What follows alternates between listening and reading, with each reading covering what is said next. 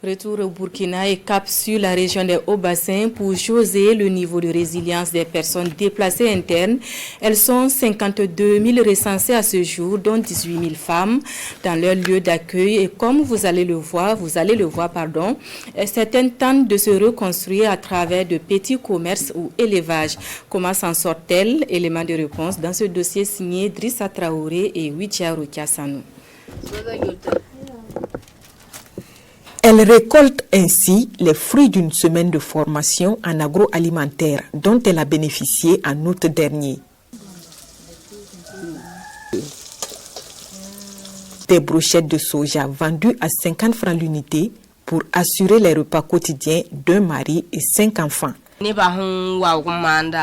sommes nombreuses à transformer le soja, ce qui fait qu'il y a une mévente. Pourtant, il faut beaucoup d'argent pour faire ces brochettes. J'ai donc décidé de faire de l'igname bouilli en plus. Les deux combinés me permettent d'avoir l'argent de la popote. Dans son village d'origine, cette dame pratiquait la culture maraîchère. Elle vendait également des céréales et gagnait bien sa vie.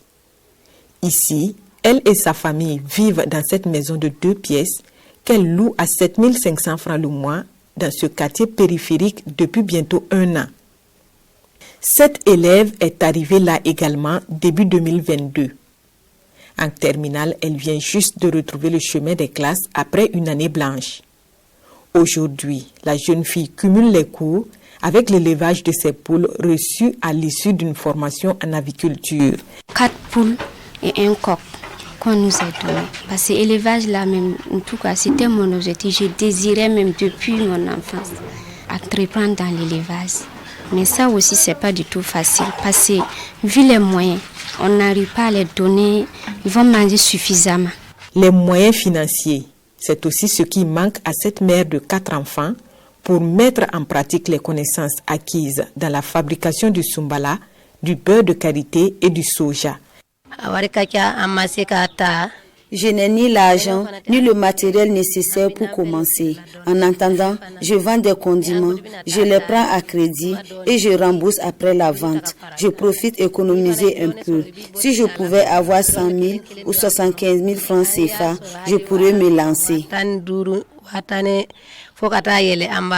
Sur plus de 300 femmes déplacées internes recensées dans ce quartier, 45 ont bénéficié de formations dans divers domaines.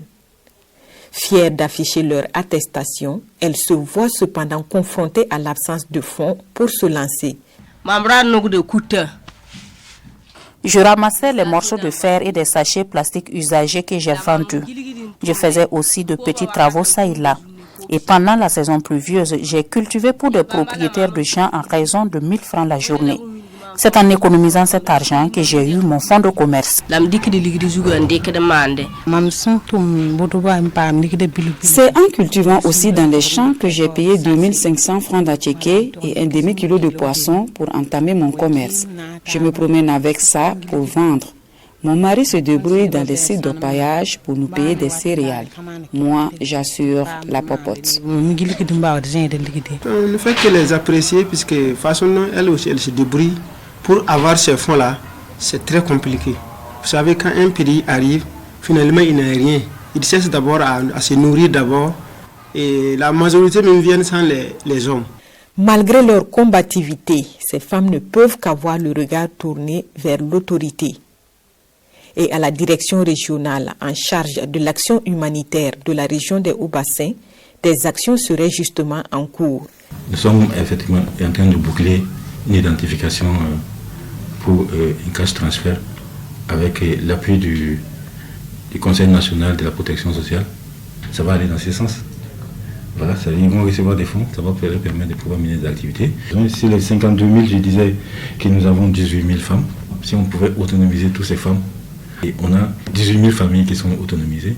Une lueur d'espoir pour Salma, Binta, Limata, Fatou, nom d'emprunt de ces femmes déplacées internes qui tentent de se reconstruire. Chacune d'elles a une histoire faite parfois d'horreur et de désespoir. Mais aucune n'entend baisser les bras, encore moins faire la manche pour avoir sa pitance quotidienne. Elles n'attendent qu'un coup de main pour voler de leurs propres ailes dans leur ville d'accueil.